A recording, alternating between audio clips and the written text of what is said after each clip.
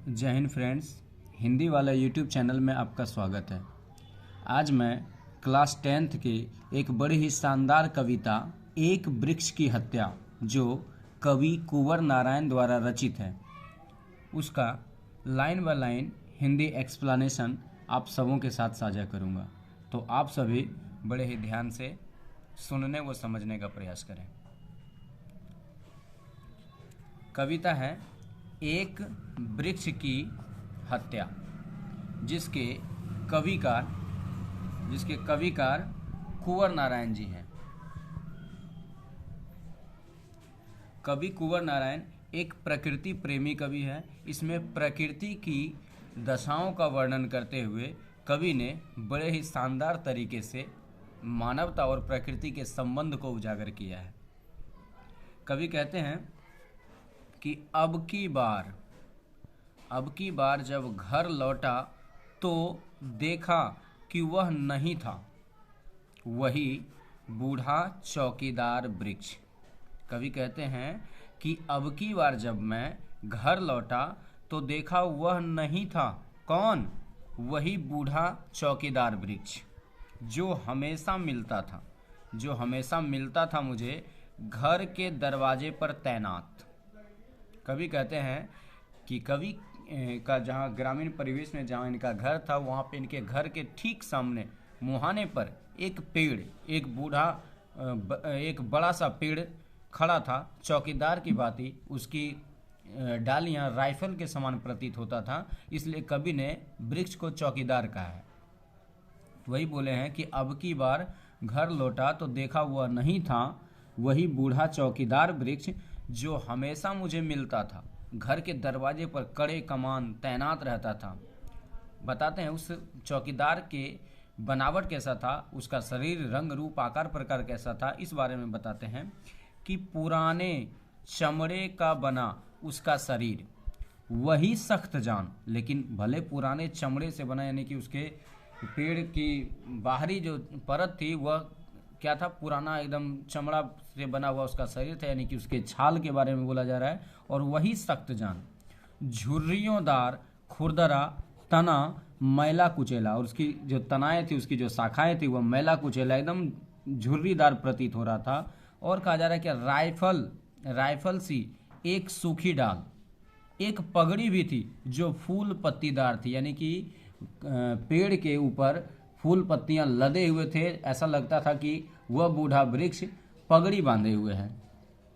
और पाँव में फटा पुराना जूता, यानी कि पेड़ की जड़ें मिट्टी से कुछ इस तरह से जकड़ी हुई थी कि वह पेड़ का जड़ पैर के समान प्रतीत होता था, और उस पर चढ़ी हुई मिट्टियां फटे पुराने जूते के समान प्रतीत होता था।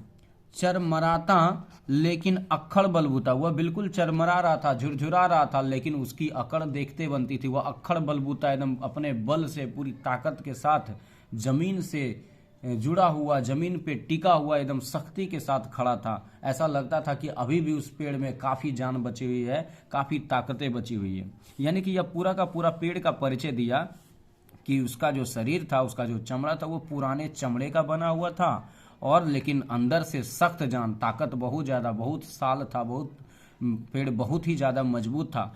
और झुर्रियोंदार खुरदरा उसका तना मैला कुचैला था, और उसकी एक डाल ऐसा प्रतीत होता था जैसे कि वह राइफल हो, तो लगता था कि राइफल टांगे हुए वह पेड़ है। एक सूखी डाल उसकी राइफल के समान प्रतीत होती थी। वह पगड़ी भी पहने हुए था, जो कि फूल पत्तीदार, फूल एवं पत्तियों से लगा हुआ हरा भरा पेड़ का ऊपरी वातावरण बिल्कुल ही पगड़ी के समान प्रतीत होता था। जैसे राजस्थानी लोग पगड़ी बांधे रहते हैं, बड़ा सा पग पहना करते हैं, ठीक वैसे ही यहाँ पर भी पेड़ पगड़ी पहने हुए प्रतीत हो रहा था, ऐसा कवि का मानना है। फिर कहा जा रहा है कि पाँव में फटा पुराना जूता भी था। तो जूता कैसा? तो पेड़ की जो जड़ें थी वो पैर के समान प्रतीत हो रही थी, और उस पर चढ़ी हुई मिट्टियां, जड़ों को अपने अंदर ढकी हुई मिट्टियां, लगता था कि जैसे कोई व्यक्ति अपने पैर में फटा पुराना जूता पहना हो, ऐसा ही पेड़ का स्वरूप प्रतीत हो रहा था। आगे बोलते हैं कवि कि धूप में, बारिश में, गर्मी में, सर्दी में, लेकिन हमेशा चौकन्ना अपनी खाकी वर्दी में, पेड़ की जो छलें थी, ऊपरी परतें थी, वह बिल्कुल खाकी वर्दी के समान प्रतीत होता था। वही कहते वह पेड़ कैसा था, मेरा सच्चा साथी था वह। चाहे जाड़ा हो, गर्मी हो, बरसात हो, कैसा भी मौसम हो, क्यों नहीं, लेकिन वह हमेशा चौकन्ना खड़ा रहता था, एक चौकीदार की भांति। घर की सुरक्षा के लिए, वातावरण की सुरक्षा के लिए वह हमेशा चौकन्ना तैनात रहता था, अपना ड्यूटी पर खड़ा रहता था, हमेशा खाकी वर्दी पहने, और राइफल जैसा उसका एक डाल था, तो राइफल टांग करके वह घर के मुहाने पे खड़ा रहता था। कवि ऐसा बतलाते हैं। फिर आगे कहा जा रहा है, दूर से ही ललकारता कौन, तो मैं जवाब देता, यार तेरा बचपन का दोस्त। यानी कि कवि कहते हैं कि जब जैसे मैं अपने ही घर के नज़दीक पहुंचता था, तो सबसे पहली मुलाकात पेड़ से होती थी। यानी कि उस बूढ़े वृक्ष जो चौकीदार के रूप में प्रतीत होता था, तो उस चौकीदार वृक्ष से होती थी। और ऐसा मुझे आभास होता था, मुझे ऐसा महसूस होता था, मानो कि वह पेड़ पुकार रहा हो, वह बूढ़ा वृक्ष जो चौकीदार है, वह पुकार रहा हो कि कौन हो तुम, तो मैं जवाब देता, यार तेरा बचपन का दोस्त। वही बोलते हैं। और पल भर को बैठ जाता उसकी ठंडी छांव में। गर्मी का मौसम होता था, जब भी घर कभी जाता तो पहले पल दो पल के लिए उस पेड़ की ठंडी छांव में उसके सामने उसके संपर्क में आकर उससे सट के बैठ जाता था। दरअसल अब कभी यहाँ तो पेड़ के सभी गुणों के बारे में कवि बहुत अच्छे तरीके से वर्णन करते हैं। अब बताते हैं कि आखिर पेड़ को खतरा किनसे था, हमारे पर्यावरण को खतरा किनसे है, इस बारे में कवि बतलाते हैं। कहते हैं, दरअसल शुरू से ही था हमारे अंदेशों में कहीं एक जानी दुश्मन। कभी अब यहाँ से प्रकृति की जो दशाएं हम लोगों के द्वारा की जा रही है, जिस तरह हम लोग प्रकृति का दुरुपयोग कर रहे हैं, प्राकृतिक पर्यावरण पारिस्थितिकी के संतुलन को बिगाड़ने का प्रयास कर रहे हैं, कभी उसी पर प्रहार करते हैं। उसी पर व्यंग करते हुए कवि कहते हैं कि दरअसल शुरू से ही था हमारे अंदेशों में कहीं एक जानी दुश्मन। यानी एक जानी दुश्मन ऐसा था जो इस पेड़ को समाप्त कर देगा, काट देगा। वो हमारे आपके बीच का ही जानी दुश्मन होगा, जो चंद लालच लिप्सों में आकर के पेड़ जैसे अमूल्य धरोहर को नष्ट कर देता है, जिसका सीधा प्रतिकूल प्रभाव, जिसका उल्टा प्रभाव प्रकृति को झेलना पड़ता है, हमारे वातावरण को झेलना पड़ता है। ऐसा लगता है मानो कवि कह रहे हो कि कवि को पहले से आशंका थी कि कहीं एक जानी दुश्मन है जो एक न एक दिन इस हरे भरे पेड़ को काट देगा और इसकी लकड़ियों का उपयोग ईंधन के रूप में करके इस पेड़ के अस्तित्व को ही समाप्त कर देगा। वही एक जानी दुश्मन कवि के मन में बार बार खटक रहा था। उन्हें आशंका हो रही थी, उन्हें संदेह था कि कभी न कभी इस पेड़ को कोई न कोई जानी दुश्मन समाप्त कर देगा, जो प्रकृति का बहुत बड़ा क्षति होगा जिससे। यही एक अंदेशा कवि के हृदय में चोट पहुंचा रही थी। आगे कवि कहते हैं कि घर को बचाना है लुटेरों से, यानी कि घर को बचाना है लुटेरों से, शहर को बचाना है नादिरों से। नादिर शाह जो मुगल काल में आक्रमणकारी हुए, विदेशी आक्रमणकारी हुए, जिसने भारत आकर दिल्ली के ऊपर चढ़ाई करके बहुत ही ज़्यादा त्राहिमाम मचाया। यहाँ से कोहिनूर हीरा और तख्ते ताउस जैसे मयूर सिंहासन वगैरह लूट कर चला गया। तो नादिर शहर को बचाना है नादिर शाह जैसे दुश्मनों से, देश को बचाना है शहर को बचाना है नादिर शाह जैसे विदेशी आक्रमणकारियों से, लुटेरों से। देश को बचाना है देश के दुश्मनों से, और बचाना है क्या, आगे फिर कभी कहते हैं कि क्या इसके अलावे भी कुछ बचाने के लिए रह गया है, तो कभी इसका जवाब खुद पलट कर देते हैं कि हाँ, अभी हमारा फर्ज पूरा नहीं हुआ है, अभी भी बहुत कुछ बचाने के लिए बाकी है। क्या बचाना है, तो नदियों को बचाना है नाला हो जाने से। बचाना है नदियों को नाला हो जाने से। हमारे गलत रवैये के कारण, फैलते हुए प्रदूषण के कारण हमारी नदियां सिकुड़ती जा रही है। नदी विस्तारित से विस्तारित नदियां नाले का रूप लेती जा रही है, क्योंकि हम अपने दैनिक जीवन में प्रयोग किए जाने वाले सारे वस्तुएं, सारे अपशिष्ट पदार्थ, कचड़े, मलमूत्र, हर एक सब चीज का त्याग हम लोग कहाँ करते हैं? नदियों में जाकर के प्रवाहित कर देते हैं। ना जाने भांति भांति प्रकार से हम नदियों को प्रदूषित कर रहे हैं। मरे हुए जानवरों को नदी के किनारे फेंक कर, अधजले लाशों को नदी में प्रवाहित करके, और शहर गलियों की नालियों से के निकलने वाले सारे गटर, सारे कचड़े, कूड़े करकट सब हम लोग नदी में ही जाकर के प्रवाहित कर देते हैं। और तो और धर्मांध बन करके, धर्म में अंधे होकर के, मूर्ति पूजन का समर्थन करके, मूर्तियों का विसर्जन करके, और ना जाने कई कई तरीके से हम नदियों को प्रदूषित कर रहे हैं। खेतों में, खलिहानों में अत्यधिक रासायनिक खाद का प्रयोग करके भी हम नदियों को प्रदूषित कर रहे हैं, भूमि को बंजर बना रहे हैं। तो ऐसे ना जाने हम लोग अनजाने में कितने सारे कार्य करते हैं जिसका सीधा प्रतिकूल असर इस प्रकृति पर पड़ता है, वातावरण पर पड़ता है, नदियों पर पड़ता है।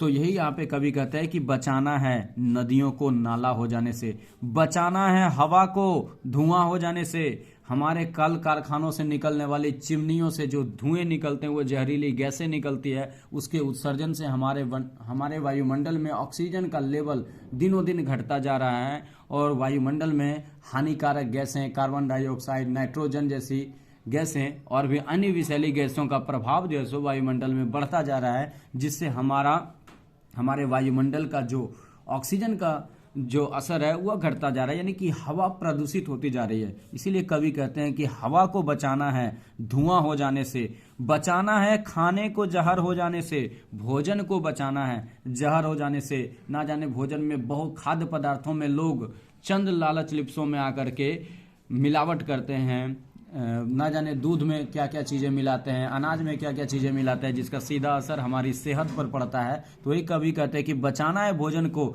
जहर हो जाने से।